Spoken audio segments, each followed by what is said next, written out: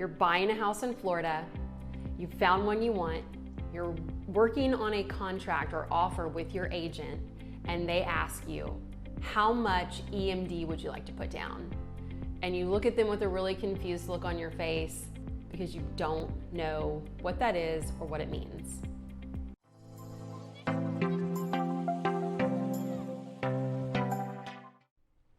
I am Jennifer Canepoli, and I sell Destin Florida real estate with Stephanie. We are beach living with Jen and Steph. We love where we live, we love what we do, and we love sharing all the fun facts with you. Okay, what is earnest money? A lot of people think it's a deposit put towards your loan, or even a deposit put towards the sale of the property, which I know it sounds crazy, but it's not actually a deposit, it's earnest money. So I'm gonna give you the definition of earnest money, but just know that it is a good faith deposit. It is like, I really want this property, I wanna buy this house, and here's my earnest money to show my good faith. But here's the formal definition. Earnest money is an amount of money you put down to show you're serious about purchasing a home. It's also known as a good faith deposit. Okay, so that is your earnest money down, or your EMD. We agents use EMD to shorten it up. Number one question. Is it required in the state of Florida to have EMD or earnest money down with a contract? And the legal answer is no. However, hear me out, buyers. If I'm a seller, or if I'm working with a seller, number one, if I'm selling, I am not accepting an offer and going under contract with them without earnest money down. If I am representing a seller, I have to, in my professional opinion, say I really wouldn't go into contract with someone without the earnest money.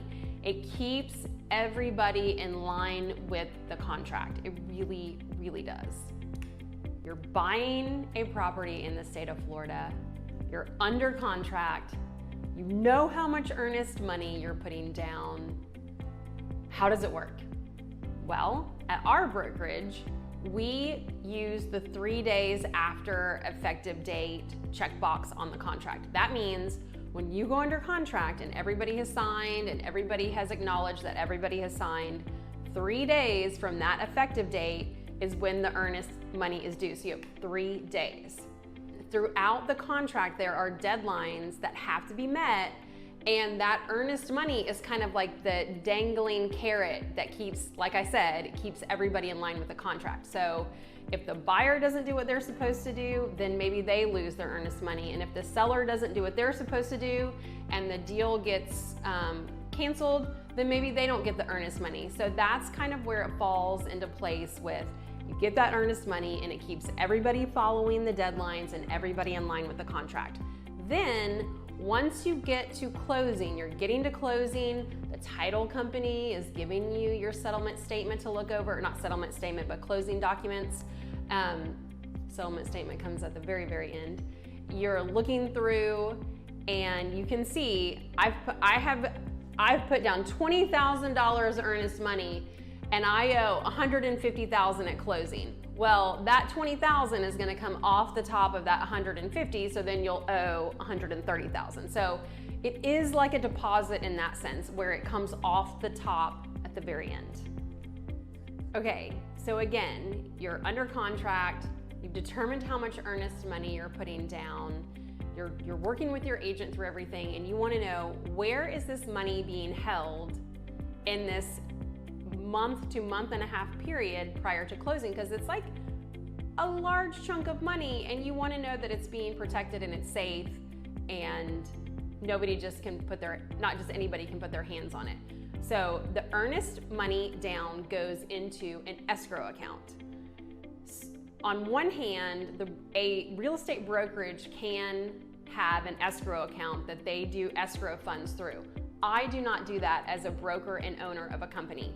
I do not want that liability. I do not want that responsibility. So I put all of my earnest money with an escrow account that is run through a title company.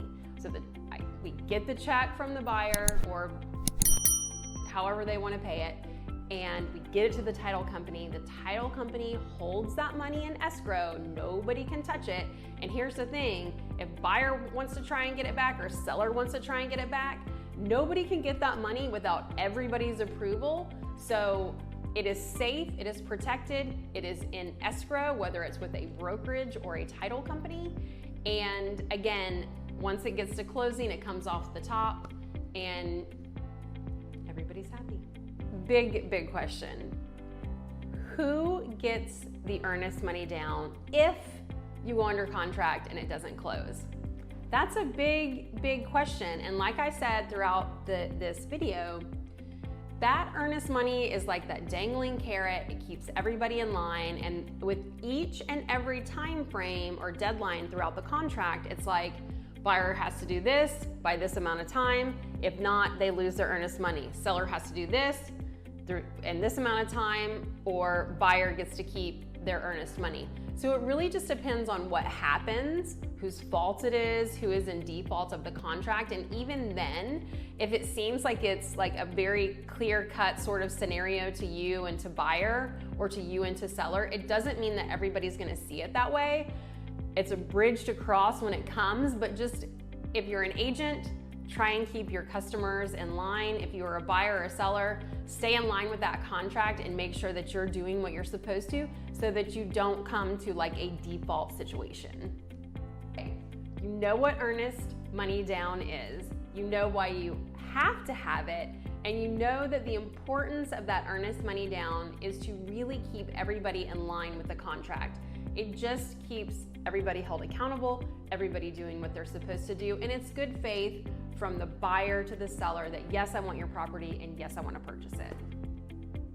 Please check out our channel and all our videos that we've been throwing up there. We sell Destin Florida real estate. We love sharing it with you, and we do have so much information on there about Destin, Florida and the 38 beaches in general. So check out our channel, have fun, and we'll see you next Thursday. Bye.